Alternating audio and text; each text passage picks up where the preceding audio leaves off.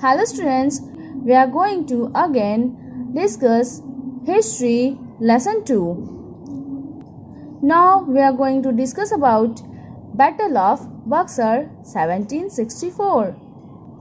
हमने पिछले वीडियो में देखा था बैटल ऑफ प्लासी में मीर कासिम को नवाब बना दिया जाता है।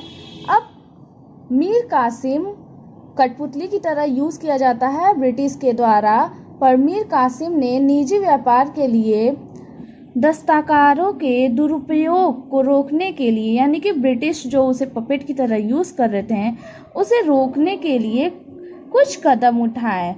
उन्होंने राजस्व वसूली की दक्षता में सुधार के लिए काम किया, यानी कि रिवेन्यू कलेक्शन पर उन्होंने कुछ काम किया। But the British wanted a puppet ruler, but Mir Qasim wanted to be independent of their control. British लोग कठपुतली शासक चाहते थे। वह चाहते थे कि जो शासक बने वो एक पपेट हो, यानी कि उन्हीं के इशारे पर वो काम करते रहें। लेकिन मीर कासिम ऐसा नहीं चाहते थे।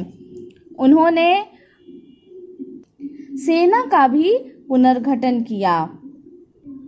वह खुद को इंडिपेंडेंस असर्ट करना चाहते थे, खुद से अपना कंट्रोल करना चाहते थे, ना कि ब्रिटिशर्स के द्वारा एज अ पपेट यूज होना नहीं चाहते थे। दस वॉर वॉज इनेविटेबल, जिसकी वजह से वार होना जरूरी था, संघर्ष जरूरी हो गया था। और उसके लिए मीर कासिम ने अवध के नवाब मुगल सम्राट शाह आलम द्वितीय के साथ मित्रता की, यानी कि शाह आलम द्वितीय, ये उनका नाम था, शाह आलम द्वितीय। उन्होंने उनकी सेना के साथ मिलकर अक्टूबर में बक्सर युद्ध किया ब्रिटिश सेना के साथ। 1764 में बक्सर का युद्ध हुआ और ब्रिटिश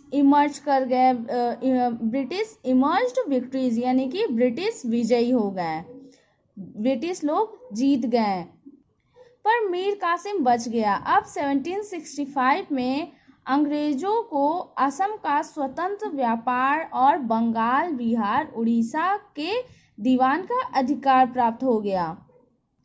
पॉलिटिकल पावर, यानी कि राजनीति सत्ता अंग्रेजों के हाथ में आ चुकी थी। Mir Jafar was again made the nawab of Bengal. Mir Jafar को फिर से बंगाल का नवाब बनाया गया और उन्हें इसके लिए भारी धनराशि का भुगतान करना पड़ा। The company now carried on trade with revenue it got from Bengal, यानी कि कंपनी को अब बंगाल के समृद्ध संसाधनों की उपलब्धता थी। कंपनी ने अब बंगाल से प्राप्त राजस्व से व्यापार जारी रखा। उन्होंने इस आय का उपयोग यूरोपियन बाजारों में बिक्री के लिए तथा सेना की रक्षा के लिए किया। Now British Mysore conflict. Mysore was an important state under the leadership of two great rulers, Hyder Ali and his son Tipu सुल्तान।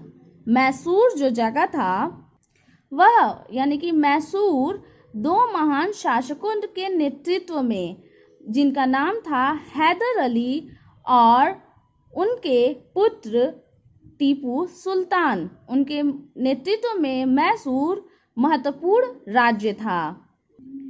अंग्रेज मैसूर को संलग्न करना चाहते थे, यानी कि मैसूर के साथ अपना संबंध बनाना चाहते थे, क्योंकि मैसूर में बहुत भारी मात्रा में प्रचुर मसाला व्यापार था, यानी कि वहाँ पर स्पाइसेस थी।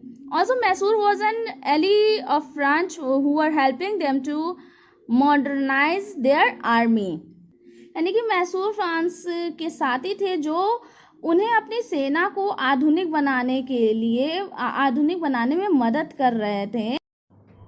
वहाँ के चंदन और स्पाइसेस के व्यापार में बहुत प्रॉफिट था। सैंडलवुड ट्रेड, यानी कि चंदन का व्यापार। ब्रिटिश लोग ने हैदर अली के समक्ष होने वाले खतरे को महसूस कर लिया था। यानी कि हैदर अली नहीं चाहते थे कि ब्रिटिश यहाँ पर व्यापार करने आए मैसूर में, और ब्रिटिश लोग को ये समझ आ गया था कि हैदर अली क्या महसूस कर रहे हैं, उन्हें उनसे खतरा था। 1767 से 1799 के बीच 4 एंग्लो मैसूर वॉर यानी कि 4 एंग्लो मैसूर युद्ध लड़े गए और टीपू सुल्तान हैदर अली के उत्तराधिकारी बने और यह लड़ाई जारी रखे रहे।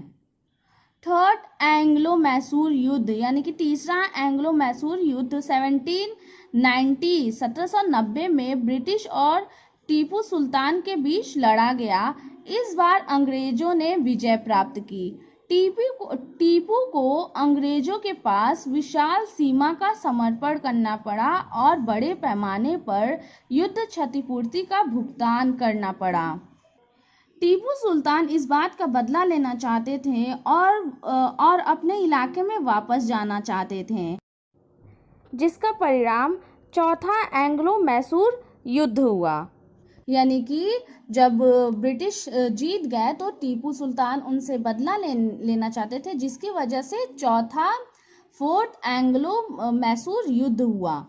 1799 मैसूर युद्ध यानी कि फोर्थ मैसूर युद्ध में टीपू की मृत्यु हो गई। उन्होंने वीरतापूर्वक युद्ध को लड़ा पर उनकी मृत्यु हो गई और बाद में सहायक गठबंधन मैसूर पर लाद दिया गया।